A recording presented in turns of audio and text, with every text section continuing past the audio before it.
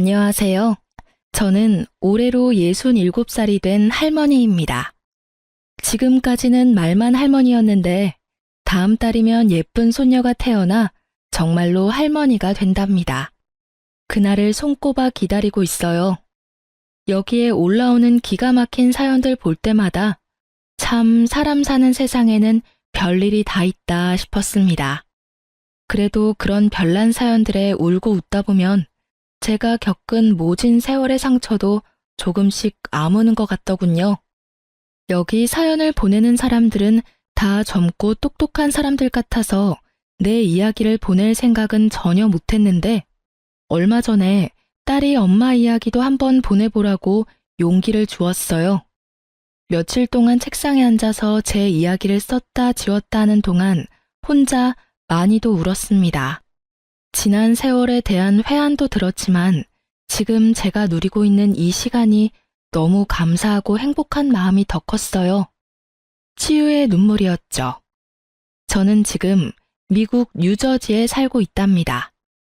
여기서 살게 된 지는 이제 5년쯤 되었어요. 35년 동안의 결혼 생활을 마무리하고 그러니까 요즘 사람들 말로 황혼 이혼을 하고 딸이 공부하고 있는 미국으로 오게 되었어요. 늙음하게 말도 안 통하는 새로운 나라에 적응하는 것이 쉽지만은 않았지만 똑똑하고 착한 딸이 늘 곁에 있어주니 든든하고요. 이곳 한인 커뮤니티가 잘 되어 있어서 좋은 분들이 많이 도와주시고 있어요. 시니어 스쿨에서 영어도 배우고 교회에서 함께 봉사도 하면서 살아가고 있답니다. 이 세상에서 자기 아들만 제일 소중한 까다로운 시어머니, 자기 엄마 말에는 꼼짝도 못하는 꼬장꼬장한 남편과 함께 살았던 35년은 매일매일 마음이 지옥 같았어요. 그런데 사람이 지옥에서 살다 보면 그곳이 지옥인 줄 모르는 법이거든요. 그냥 원래 사는 게 그런 것이려니 하고 꾸역꾸역 살아왔죠. 그러다가 용감하게 그 지옥문을 박차고 나오기까지는 정말 우여곡절이 많았답니다. 그 덕분에 지금은 너무나도 멋진 세상에서 홀가분하고 행복하게 살고 있죠. 70년 가까이 살아온 제 인생에서 가장 잘한 일을 꼽으라면 단연 우리 딸을 낳은 일이라고 할 거예요. 그리고 두 번째로 잘한 일을 대라고 하면 저는 주저없이 35년 만에 이혼한 것을 꼽습니다. 이혼한 것이 뭐가 자랑이라고 떠드느냐고 흉보실 분들도 있겠지만 저는 누가 뭐라 해도 이혼한 것이 너무나도 자랑스럽고 기뻐요. 제가 왜 그렇게 생각하는지 여러분 한번 들어봐 주시겠어요? 저의 먼 친척의 소개로 27살에 5살 많은 남편과 결혼했어요. 남편은 초등학교 선생님으로 봉직하다 교장으로 정년퇴직했어요. 남편은 정근을 다니면서 사택에서 혼자 지낼 때도 있었지만 저는 결혼하고 나서 시댁에 들어가 줄곧 시부모와 함께 살았어요. 시골이긴 했지만 그래도 그 동네에서 유지 소리 듣는 집안이었어요. 조상에게 받은 땅이 많아서 다른 집에 붙여준 논밭도 있었고 읍내에 작은 상가도 몇 개 가지고 있었어요. 그래봤자 시골이라 서울 부자들에 비하면 아무것도 아니겠지만 우리 식구들 먹고 사는 데는 충분했어요. 가족들을 먼저 좀 소개해야겠네요. 남편은 그 집안의 귀한 독자였어요. 저희 시아버지도 독자였으니 2대 독자가 되겠네요. 이 집이 워낙 손이 귀한 집안이라고 동네 어른들이 말씀해 주시더라고요. 남편은 저에게도 선생처럼 굴었어요. 저한테 늘 권위적이었고 사소한 것까지 사사건건 꼬장꼬장하게 잔소리를 해댔어요. 아니 이 사람아, 난닝구를 이렇게 납작하게 동개놓지 말고 한번 요울에 접어서 돌돌 말아놓으라고 몇 번을 말하나, 응? 이렇게 해놓으면 난닝구 가운데에 주름이 잡힌다니까. 옷 안에다가 있는 속옷인데 주름 조금 치면 어때서 그래요. 서랍이 작아 그렇죠. 납작하게 개야 자리를 덜 차지하니까요. 무슨 여자가 남편 말에 한 번도 알겠어요 하는 법이 없나? 어디서 매번 말대꾸야 말대꾸가. 남편이 그렇게 하라면 네 하고 그냥 그렇게 해. 속옷 하나도 자기가 원하는 방식대로 개어놓으라 하고 계란 후라이 하나를 해와도 노른자가 너무 익어도 안 되고 그렇다고 안 익어도 안 되었어요. 노른자에만 알갱이가 보이는 굵은 소금을 서너 알 올려야 하는데 소금 알갱이까지 세어보면서 많이 뿌렸네 적게 뿌렸네 잔소리를 하는 사람이었죠. 이런 남편의 꼬장꼬장한 성격은 딱 자기 어머니를 닮았어요. 시어머니는 90세가 다 되어가도록 허리 하나 굽지 않고 머리카락 한 올 흐트러지지 않은 차림을 했어요. 바늘로 찔러도 피 한 방울 안 나올 것 같았죠. 또 옛날 분이어서 어쩔 수 없다고는 하지만 아들에 대한 애착이 어마어마했고 남아 선호 사상도 강했어요. 이것 때문에 저와 제 딸이 겪은 수모는 이루 다 말할 수가 없죠. 제가 시집을 온 이후로 시어머니는 모든 집안일을 저에게 맡기고 본인은 전혀 하지 않았어요. 대신 항상 방문을 활짝 열고 방 안에 앉아서 제가 일하는 것을 매의 눈으로 감시했죠. 끊임없이 잔소리를 퍼부으면서요. 저도 우리 집에서 장녀로 커서 어렸을 때부터 집안일을 해왔기 때문에 집안일이 그렇게 서툴지는 않았어요. 그런데 시어머니는 아주 사소한 일도 자기가 원하는 방식으로 하라고 요구했어요. 그게 훨씬 더디고 불편한 방법이더라도요. 지금 생각해보면 시어머니는 제 모든 게 못마땅했던 것 같아요. 자기 아들이 너무 아까워서 그랬겠죠. 남편은 월급을 받아오면 전부 시어머니를 드렸어요. 그럼 시어머니가 거기서 쌀이나 연탄 같은 큰 살림을 계산하고 장볼 돈만 빠듯하게 저에게 주셨어요. 넉넉히 주는 것도 아니면서 늘 헤프게 쓴다고 야단을 했죠. 남편과 시어머니는 근검절약에는 아주 도 같은 사람들이라 휴지 한 장 허투루 쓰는 법이 없었어요. 너 일로 와봐라. 이 휴지 이래 많이 둘둘 말아 쓴 거, 이건 네 짓이다. 우리 집에는 이렇게 낭비하고 사치하는 사람이 없다. 똥 싸고는 딱 3칸만 쓰는 거다. 이런 작은 것부터 이리 헤프니까는 자꾸 생활비가 빵꾸 나는 기다. 네네, 어머니 알겠어요. 왜 화장실 쓰레기통까지 들고 나와 그러셔요. 아, 남사스럽게. 우리 딸 키울 때 다들 종이 기저귀 쓰던 시절이었는데요. 저는 종이 기저귀는 한 장도 써보질 못했어요. 그저 손이 부르트도록 천 기저귀를 빨아서 써야 했어요. 아이가 크는 동안 학교에서 쓰는 연필 한 자루도 당신 새끼손가락보다 작아지기 전에는 새 것을 내주지 않았어요.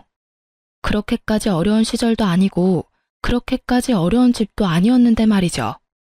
시아버지가 돌아가신 이후로 집안의 모든 일은 시어머니와 남편 둘이서 결정했어요. 물론 시아버지가 계실 때도 제 의견을 물은 적은 없었지만요. 그 시절을 돌아보니 저는 그냥 그 집에서 밥 해주고 빨래하는 식모였던 것 같네요. 그래도 시아버지는 한 번씩 생각나요. 고마운 마음도 있고요. 시아버지가 돌아가신 지 벌써 20년 가까이 되었지만 요즘도 아버지 기일은 꼭 기억해서 교회 가서 기도합니다. 말씀은 늘 무뚝뚝하게 하셨지만 그래도 그 집에서 유일하게 저를 챙기고 생각해준 사람이에요. 아가, 이건 홀딱 묶고 치우라. 닭장에서 막 꺼내왔다. 네 어머니 동칠래 같다. 아, 아버지, 고맙습니다. 잘 먹을게요. 가끔 어머니가 동네 마실 나간 틈을 타 아버지는 닭장에서 계란을 하나 꺼내다 주기도 하고 본인 몫에 곶감을 놔뒀다가 몰래 주시기도 했어요. 물론 고맙다는 제 인사는 듣지도 않고 휙 돌아서 나가버리시곤 했지만 저는 그래도 늘 따뜻한 마음이 느껴졌답니다. 시아버지는 폐암으로 일찍 돌아가셨어요. 담배는 많이 태우셨지만서도 감기 한 번 안 걸릴 정도로 건강하셨는데 어느 날 갑자기 친구분들과 약주를 드시다가 그 자리에서 쓰러지셨어요. 병원으로 옮겼더니 폐암 4기라더군요. 병원에서는 수술해도 좀 어려울 것 같다고 하면서 길어야 3개월을 이야기했어요. 아버지는 수술은 안 하고 싶다면서 대신 병원에서 너무 고통스럽지 않게 갈 수 있게만 도와달라 하셨어요. 그렇게 아버지는 병원에 입원하게 되었는데 시어머니는 자기는 환자 수발 못한다며 병원에 오질 않았어요. 제가 병원에서 먹고 자고 하면서 시아버지 마지막 수발을 들었죠. 아버지는 그래도 거의 6개월을 버티다 돌아가셨어요. 아버지가 돌아가시기 며칠 전에 저를 힘겹게 부르셨어요. 저에게 통장과 도장을 하나 주시더라고요. 예금 통장이었는데 그 날짜로 3천만 원이 좀 넘는 돈이 되어 있더라고요. 지금도 적은 돈은 아니지만 그때는 더 큰 돈으로 느껴졌죠. 아가, 이거 찾아서 네가 넣어둬라. 이거 만기 날까지는 어떻게든 내 살아있고 싶었다. 아니 아버지, 이게 뭐예요? 네가 이 고약한 집에 와서 고생이 많았다. 이거는 네 남편한테도 시어매한테도 말하지 말고 지원이한테도 쓰지 말고 잘 놔둬. 잘 두었다가 꼭 필요할 때 너한테 써. 아버지, 저 이렇게 많은 돈 필요 없어요. 돈 필요 없는 사람이 어딨나? 늙으면 돈 쓸 일이 있다. 아버지, 저 이거 못 받아요. 이걸 제가 어떻게 받아요? 내 마지막 지켜준 거 고맙다. 이제 너 더 고생 안 하게 내 얼른 죽을게. 아버지, 그런 말 마세요. 얼른 나와서 집에 같이 가셔야죠. 아버지 없으면 내가 누구한테 계란을 얻어먹어요. 그 자리에서 펑펑 울었어요. 그날 너무 울어서 그런가 정작 시아버지 돌아가신 날은 눈물도 안 나오더라고요. 며칠 뒤에 시아버지는 거짓말처럼 돌아가셨어요. 저는 시아버지 말대로 그 돈은 아무한테도 말하지 않았고 은행에 넣어두고 없는 돈인 것처럼 잊어버리고 살았어요. 그래도 그 돈 덕분에 정말 마음 한구석이 든든하더라고요. 시아버지는 그렇게 살아계실 때도 유일하게 저에게 따뜻하신 분이셨고 돌아가셔도 저를 든든하게 해주셨어요. 친정 아버지가 일찍 돌아가셔서 저도 아버지 정을 모르고 살았거든요. 그래서 저에게는 시아버지가 주신 그 무뚝뚝한 사랑이 참 귀하고 고맙습니다. 마지막으로 이제 우리 딸 이야기를 해야겠네요. 딸 이야기를 하려니까 눈물부터 나네요. 우리 딸도 참 마음고생을 많이 했어요. 제가 막 결혼을 해서 시집에 들어왔는데 시어머니가 저를 앉혀놓고 이야기하더라고요. 남자에게 군 식구가 생기면 그 식구들 먹여 살리느라 등골이 빠지는 법이다. 애 주렁주렁 낳아서 우리 귀한 아들 고생시키지 말고 딱 아들 하나만 낳아. 더 낳을 생각일랑 하지 말고. 아들을 낳으면 좋겠지만 만약에 딸이 나오면 어떡해요, 어머니? 저는 정말 궁금해서 물어봤어요. 어떻게 아들만 골라 낳을 수가 있나 싶어서요. 그게 제 마음대로 되는 게 아니잖아요. 부정타게 재수없는 소리. 그냥 잔말 말고 아들 하나만 낳아서 키우라니까. 시어머니는 소리를 버럭 질렀어요. 아들을 골라 낳을 수 있는 것도 아니고 어떻게 딸을 낳는 것이 재수가 없는 일인가 싶었지만 시어머니가 버럭대는 통에 그 자리에서는 아무 말도 못했죠. 안타깝게도 임신이 바로 되지는 않았어요. 유산도 2번 했고요. 그때마다 시어머니는 몸을 함부로 했느니 어쨌느니 별 이상한 소리를 하면서 저를 비난했어요. 나중에 동네 어른들이 이 집은 워낙 손이 귀하다면서 시가 안 좋다는 소리를 슬쩍 전해주더라고요.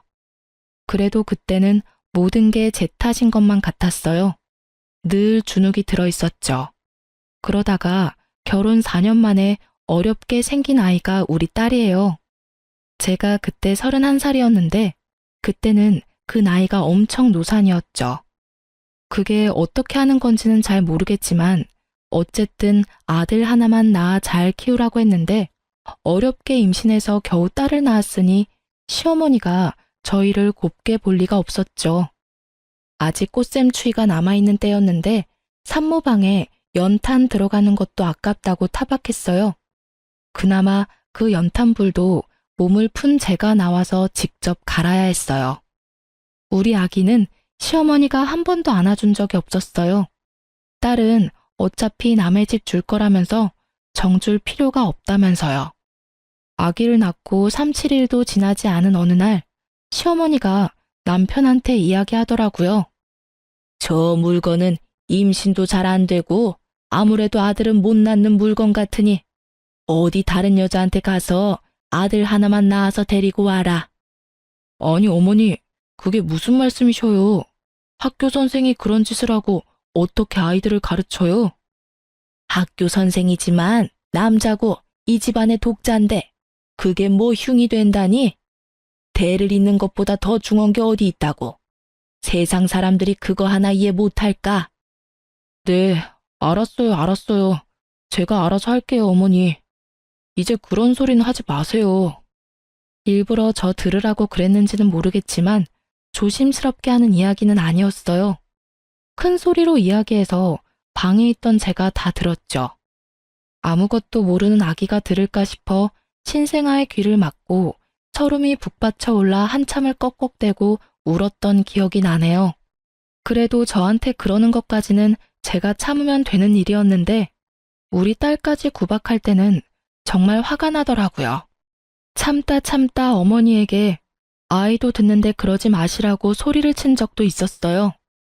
그러고 나서는 며칠 동안 손이 발이 되도록 빌어야 했지만요. 아이가 좀 크고 나서는 할머니가 뭐라고 하시면 그냥 참고만 있지 말라고 가르치기도 했어요. 지원아, 할머니가 네가 잘못하지도 않았는데 막 야단치시면 잘못했습니다 하지 말어. 버릇없이 대들라는 게 아니라 할머니, 나 그렇게 안 했어요. 할머니 저한테 그러지 마세요. 라고 또박또박 말하라는 거야. 엄마도 옆에서 거들어줄게. 응, 알았어, 엄마. 할머니는 정말 이상해. 어느 날은 이랬다고 뭐라고 하고 다른 날은 저랬다고 뭐라고 해. 맨날 나한테는 화만 내. 나 할머니 싫어. 할머니가 옛날 사람이라 그래. 옛날 사람들은 아들만 중하다고 생각해. 그치만 엄마는 네가 딸이라서 너무 좋아. 아들을 10트럭을 갖다 줘봐라. 내 딸하고 바꾸다. 할머니 미워하면 네가 힘들어. 그냥 우리가 할머니를 이해하면서 살자. 응, 알았어. 할머니는 자기도 여자면서 왜 아들만 중하대? 남자애들은 시끄럽고 멍청하기만 한데. 우리 딸은 어렸을 때부터 똘똘하고 야무졌어요. 학교 들어가서는 공부도 아주 잘했죠. 어린 아이가 할머니를 이해하려고 노력하면서도 아닌 건 아니라고 야무지게 따지기도 잘했어요. 그러다 보니 할머니와 사이는 좋지 않았지만 할머니가 우리 딸에게 함부로 대하진 못했어요. 좀 어려워했다는 말이 더 맞겠네요. 저는 정말 다행이라고 생각했어요. 저는 늘 딸이 자랑스러웠답니다. 중학교에 들어간 딸은 전교 1등을 놓치지 않았어요. 물론 시골의 작은 학교이긴 했지만 선생님들이 입을 모아 칭찬하는 모범생이었어요.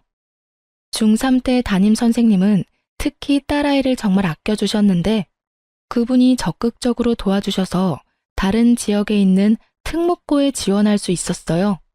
물론 합격했죠. 기숙사가 있는 학교라서 딸과 떨어져 지내야 하는 건 아쉬웠지만 오히려 집을 떠나 있으면 딸이 할머니에게 스트레스 받지 않고 공부만 할 수 있을 것 같아서 너무 기쁘더군요. 그런데 기숙사 학교다 보니 학비가 일반 고등학교보다는 좀 더 내야 했어요. 서울에 있는 아이들은 학원비만 해도 한 달에 100만 원씩 들기도 한다는데 그런 거 생각하면 지나치게 비싼 것도 아니었어요. 또 집에서 그 정도를 부담하지 못할 형편도 아니었고요. 그런데 언제나처럼 문제는 시어머니였어요. 아니, 우리 아이가 아들이 아닌 것이 문제였죠. 그깟 개집에 공부하는데 대학도 아니고 고등학교 다니면서 무슨 월사금을 그렇게나 많이 내느냐 말이다. 요즘에는 대학을 나와야 시집도 잘 가는 법이니 내가 대학은 얼마가 들어도 보내준다 이 말이다. 그런데 고등학교를 무신 한 달에 100만 원 돈을 내면서 다닌단 말이고 아들도 아니고 딸내미 공부시킨다고 이렇게 돈을 들이란 말이냐? 이게 3년이면 도대체 돈이 얼마고? 어머니, 그 학교가 아무나 가는 학교가 아니에요. 지원이가 똑똑해서 간 거예요. 그러니까 왜 남들은 멀쩡히 그냥 가는 학교를 계집애가 뭐 할 일 있다고 그 유난을 떨어야 한단 말이고. 요즘은 여자아이들도 공부를 많이 해요. 여자도 장관도 하고 회장도 하는 세상이잖아요. 여자는 시집 잘 가서 애 낳고 키우는 게 가장 좋은 팔자다. 여자가 밖으로 돌면 팔자가 드세지는 법이다. 시집 가서 남편 잘 섬기고 떡두꺼비 같은 아들 낳아 잘 키우는 게 여자에게 최고의 입신양명이다. 계집애가 그 돈 들여 공부를 해서 뭐 한단 말이고. 자고로 여자가 너무 먹물을 많이 먹으면 그 집안이 시끄러운 법이다. 남편은 자기도 선생님이고 그 학교가 좋다는 것을 잘 알고 있으면서도 이번에도 자기 엄마 말에는 꼼짝도 못했어요. 제 의견이요? 당연히 저에게는 묻지도 않았죠. 제가 아이를 그 학교에 보내고 싶다고 아무리 이야기해도 남편도 시어머니도 들은 척도 안 했어요. 제가 어머니에게 무릎 꿇고 사정도 해보았지만 눈 하나 깜짝하지 않더라고요. 아버님이 주신 돈으로 제가 보낼까 고민도 해봤지만 그렇게 하면 집안에 분란이 일어날 게 불보듯 뻔하더라고요. 그 돈이 어디서 났느냐서부터 따지기 시작해서 제가 집안 돈을 빼돌렸다고 몰아갈 것 같기도 하고요. 그런 분란이 무서워서 아이에게 그 학교를 못 간다는 말을 하는 심정은 말로 할 수가 없어요. 제가 너무 못나서 차라리 죽고 싶었으니까요. 아이를 붙들고 미안하다고 하면서 엉엉 울었어요. 아이는 오히려 덤덤하게 저를 위로하더라고요. 엄마, 나 정말 괜찮아. 걱정하지 마. 내가 가만히 생각해보니까 오히려 여기서 학교 다니는 게 내신 성적에 더 유리할 것 같아. 고등학교가 중요한 게 아니라 대학 가는 게 더 중요한 거잖아. 나 그냥 여기서 학교 다닐래. 지원아, 너는 이 집을 꼭 떠나야 해.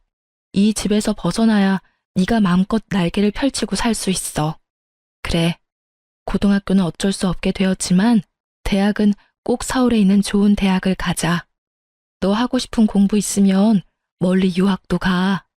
엄마가 어떻게든 너 하고 싶은 것 하면서 살 수 있게 도와줄게. 응, 엄마, 나 자신 있어. 서울대도 가고 유학도 갈 거야. 나중에 엄마랑 나랑 우리 둘이만 같이 살자. 내가 성공해서 엄마도 여기서 벗어나게 해줄게. 저는 그 일을 계기로 돈을 벌어야겠다고 마음먹었어요. 제가 경제적 능력이 없으면 결국 제 딸을 지켜줄 수가 없겠더라고요. 저는 배운 것도 부족하고 돈을 벌어본 일도 없으니 제가 할 수 있는 일은 한정되어 있었어요. 또 동네에서 일을 하면 시어머니와 남편의 귀에 들어갈 테고 그러면 또 여자가 어쩌고 하면서 절대 못하게 할 테니 버스를 몇 번씩 타고 다른 동네에 있는 인력사무소를 찾아갔어요.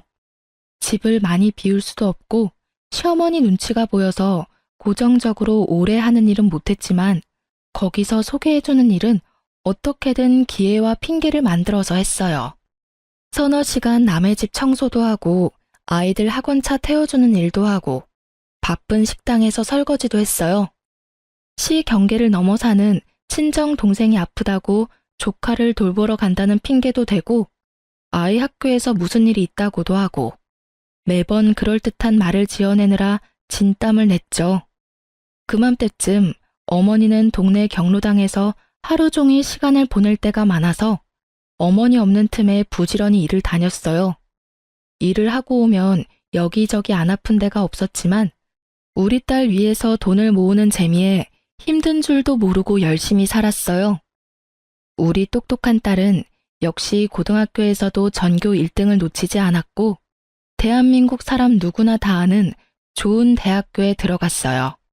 대학교에서도 딸은 장학금을 받고 다녔어요.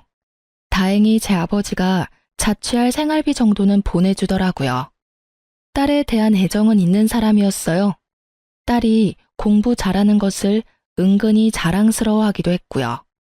그렇게 딸은 대학을 졸업하고 1년을 준비해서 미국으로 유학을 가게 되었어요. 미국에 있는 로스쿨에 합격을 했대요. 아는 사람 하나 없는 그 먼 데다가 딸을 보내는 마음이 꼭 내 심장 한구석을 떼어내는 것 같았지만 우리 딸이 이 집으로부터 더 멀어진다는 사실에는 또 얼마나 안심이 되고 기분이 좋았는지 몰라요. 그런데 이번에는 시어머니는 물론 남편까지 딸의 유학을 반대하고 나섰죠. 여자애가 위험하게 어딜 혼자 그 먼 데를 가겠다는 거냐? 아는 사람 하나 없는 곳을. 너희 할머니도 노발대발 하신다. 너 절대 못 가게 하라고 난리시라고. 아빠, 저는 성인이에요. 아빠나 할머니의 허락이 필요한 나이가 아니라고요. 다른 사람들은 가고 싶어도 못 가는 학교예요. 제가 노력해서 제 힘으로 가게 되었어요. 제발 더 이상 제 앞길 막지 마세요. 너 유학 가려면 호적 파가지고 가라. 그럼 너는 이제 더 이상 내 딸 아니다. 호적은 아빠가 파주세요. 여자라는 이유로 지금까지 제 앞길 가로막아온 그 호적을 알아서 빼주신다면 저는 너무 감사하죠. 그렇게 딸은 유학을 떠났어요. 저는 눈치가 보여서 공항에도 나가보지 못했어요. 물론 다 큰 아이고 똑똑한 아이지만 혼자서 그 먼 데를 떠났다고 생각하니 어찌나 먹먹한지 그날 하루 종일 하늘만 보면서 눈물을 훔쳤네요. 그래도 아이가 떠나는 날 제가 그동안 차곡차곡 모았던 돈을 딸에게 보내줬어요.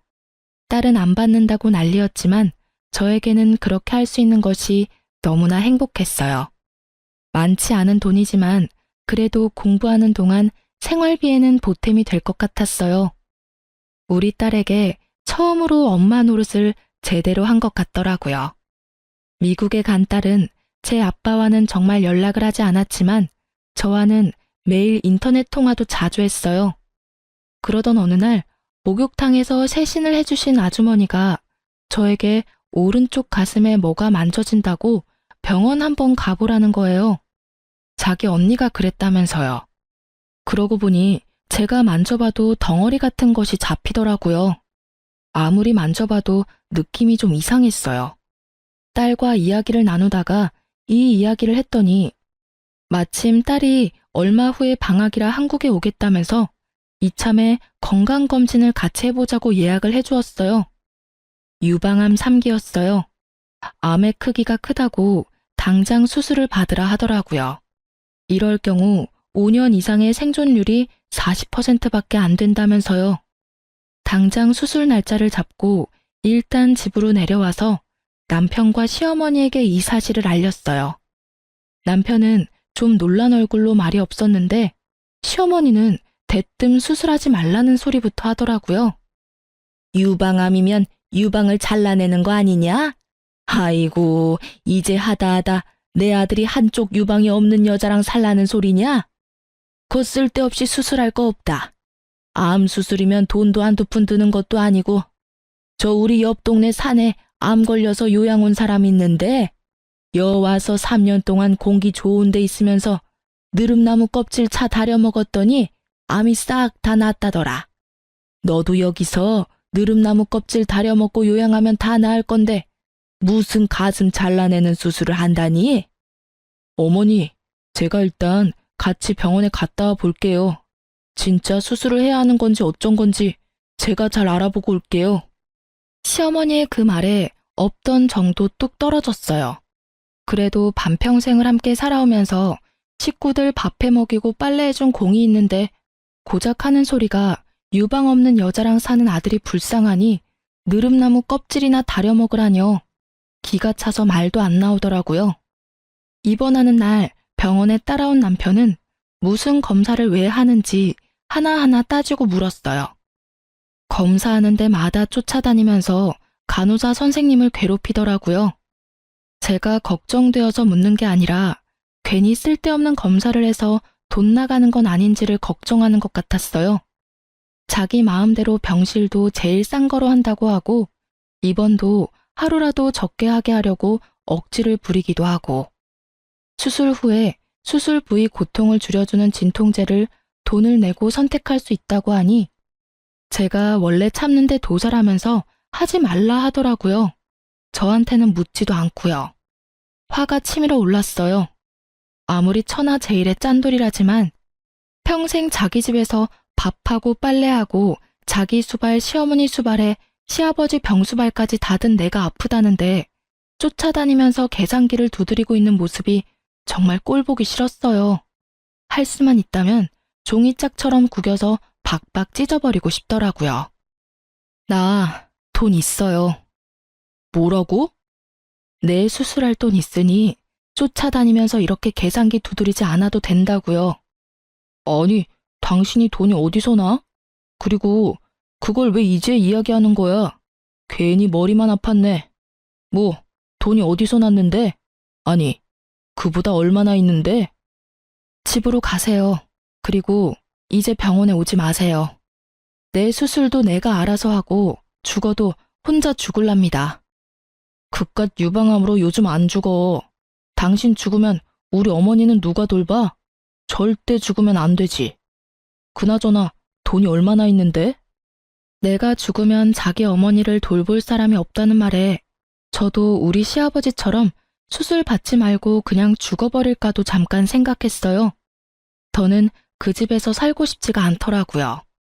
내가 이 집에서 떠나려면 죽는 방법밖에 없다고 생각했어요.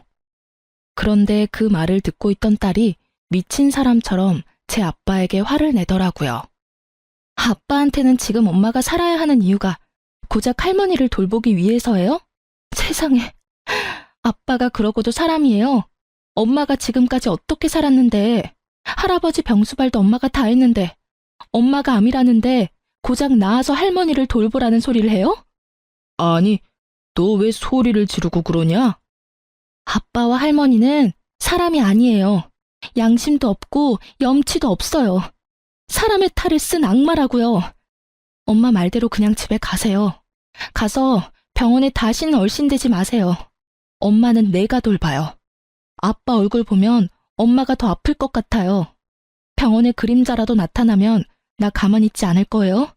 다신 오지 마시라고요. 아셨어요?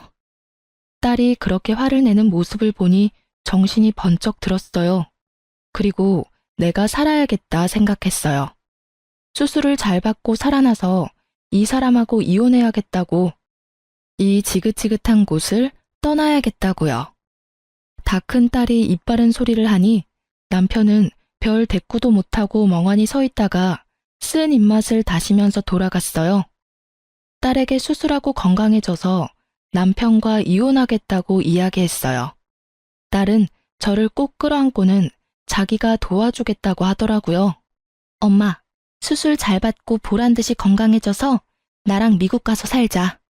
내가 성공해서 엄마 그 집에서 데리고 나온다고 했잖아. 내가 아직 성공은 못했지만 내가 최선을 다해서 도와줄게. 엄마, 아무것도 걱정하지 마. 그래, 엄마 수술 잘 받고 건강해질게.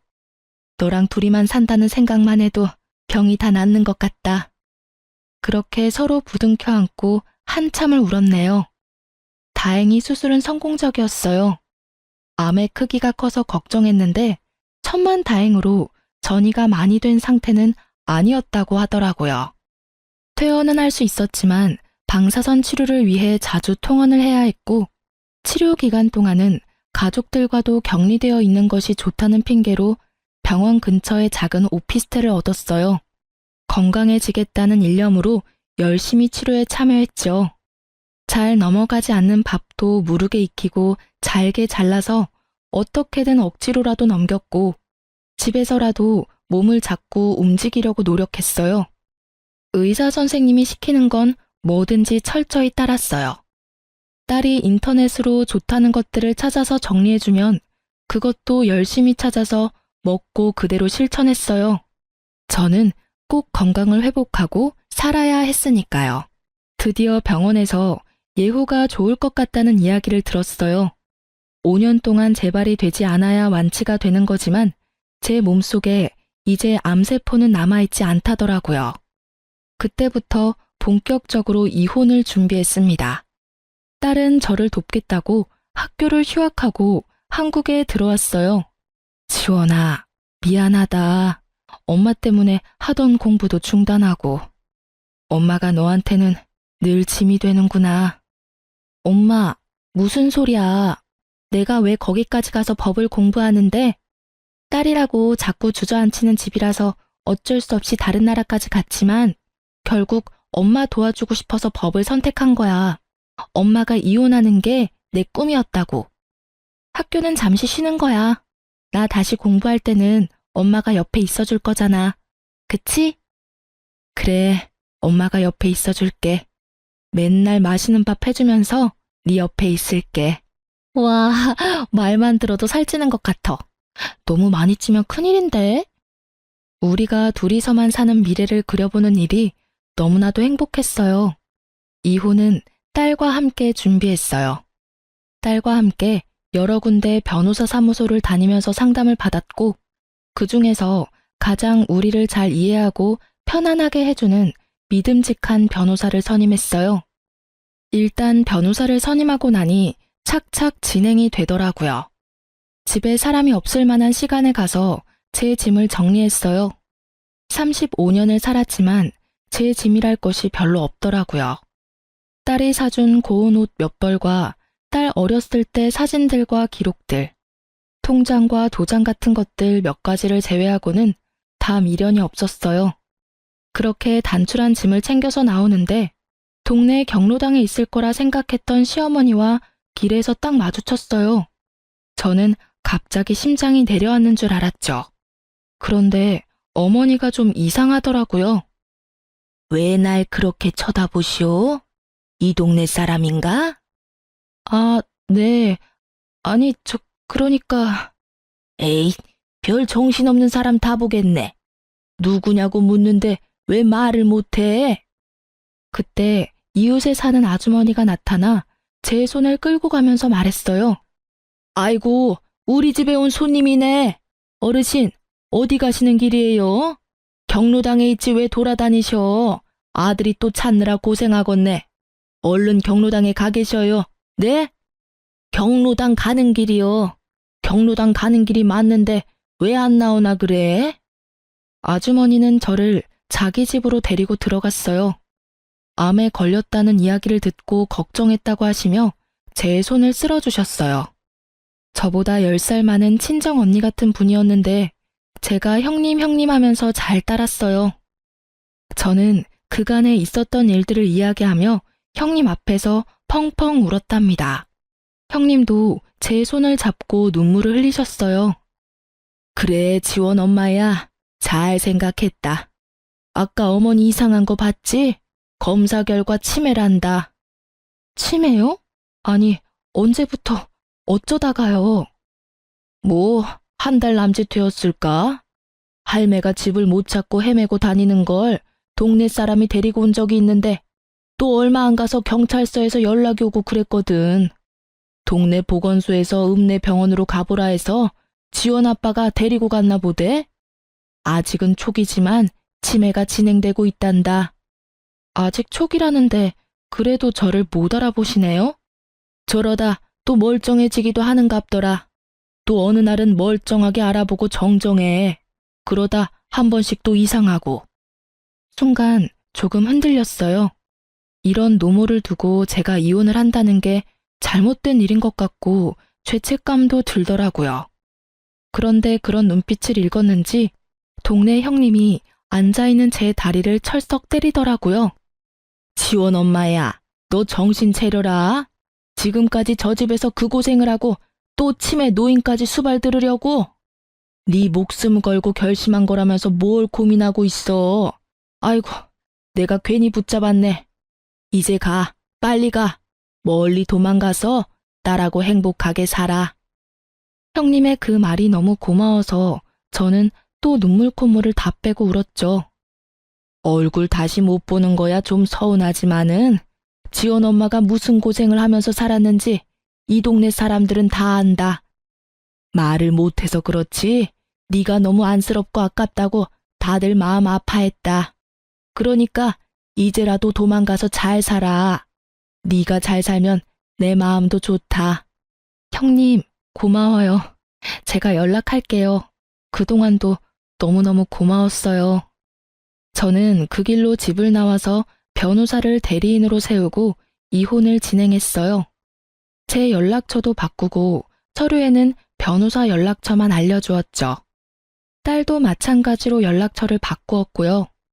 변호사를 통해 남편이 변호사 사무실로 찾아와서 저를 내놓으라고 난리를 쳐서 경찰이 왔었다는 이야기를 전해 들었어요. 이혼 과정은 말처럼 쉽지만은 않았어요. 시어머니와 남편에게 부당한 대우를 받았던 그 모진 시간들을 다시 떠올리고 서류로 만드는 작업을 하다 보니 매일 눈물이 나고 화가 나기도 하고 우울증에 걸릴 것만 같았죠. 제가 일하면서 모았던 예적금 내용도 증거로 제출하고 시아버지 병수발 드는 동안 무료한 시간을 보내느라 써두었던 병상일지도 아주 귀한 자료가 되었어요. 딸도 할머니와 아빠의 부당한 대우를 구체적으로 증언하고 딸이 어린 시절 썼던 일기장도 증거로 제출했어요. 딸의 중학교 3학년 때 담임 선생님은 딸이 특목고에 진학하지 못했던 당시에 상담한 자료를 찾아서 보내주시기도 했어요. 마음은 힘들었지만 한편으로 많은 분들에게 정말 너무 감사한 날들이기도 했답니다. 이런저런 증거들을 근거로 시어머니에게는 위자료를 요구하고 남편에게는 재산의 절반을 분할해달라는 청구를 했어요. 조정도 하고 법원에도 몇 번씩 불려가야 한다는데 저는 그 과정을 고마운 변호사 선생님이 다 대신해 주셨어요. 그래서 남편과는 그 이후로 얼굴 한번 마주치지 않을 수 있었네요. 지난한 시간이 흘러 결국 이혼을 하게 되었고 시어머니는 위자료 1,000만 원을, 남편은 재산의 절반을 분할해 주라는 판결을 받았어요. 남편은 제가 어느 날 갑자기 없어졌고 자신에게 한마디 상의도 없이 이혼을 했다며 법정에서 분통을 터뜨렸다고 하네요. 저희 의뢰인이 말씀하시기를 35년 사는 동안 집안의 대소사에 대해 의뢰인과 한 번도 한마디 상의하신 적이 없다고 하시더군요. 모든 걸 어머니와 남편 두 분이 상의하고 통보했다고요. 저희 의뢰인도 이혼에 대해 따님과 두 분이 상의하고 결정하셨다고 합니다. 그렇게 이혼이 마무리되고 나서 저는 딸을 따라 미국으로 이주했어요. 딸은 학교로 다시 돌아가서 열심히 공부했고 그 어렵다는 변호사 시험에도 합격했어요. 그리고 여기서 태어난 미국계 한국인을 만나 결혼도 하게 되었답니다. 화목한 가정에서 자란 반듯한 사위는 너무 다정한 사람이에요. 서로를 아끼고 사랑하는 둘의 예쁜 모습을 보고 있으면 저는 너무 행복해서 머리가 멍해지기도 해요. 우리 딸은 저와 같은 삶을 살지 않는 것이 너무나도 다행스럽고 자랑스러워요. 저는 여기서 참 좋은 분들을 만났어요. 황혼 이혼을 하고 딸과 함께 왔다는 이야기에 모두가 쿨! 이러면서 엄지손가락을 들어줘요. 낯선 땅에서 영어도 못하는 제가 어떻게 살 수 있을까 했는데 여기 와보니 세상은 정말 너무너무 넓고 다양한 삶이 있는 곳이라는 생각이 드네요. 그 사이 5년을 잘 유지해서 유방암 완치 판정을 받았어요. 암도 이겨내고 황혼 이혼에도 성공한 제가 못할 게 뭐가 있나 싶네요. 다음 달이면 우리 딸이 저에게 예쁜 손녀를 안겨준답니다.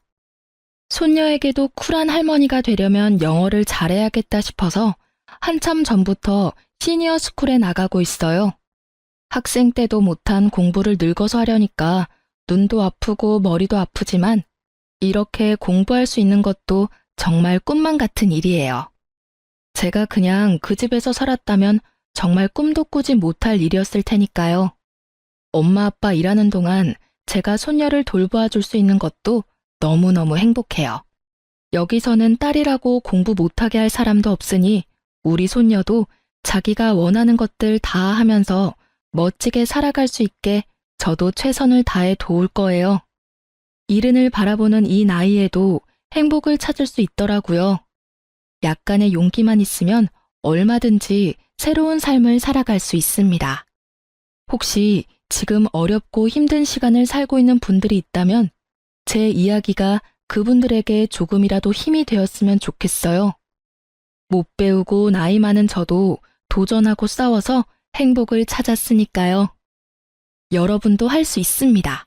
행복해질 수 있어요. 비천한 이야기 이제 마치려고 합니다. 잘 들어주셔서 감사해요.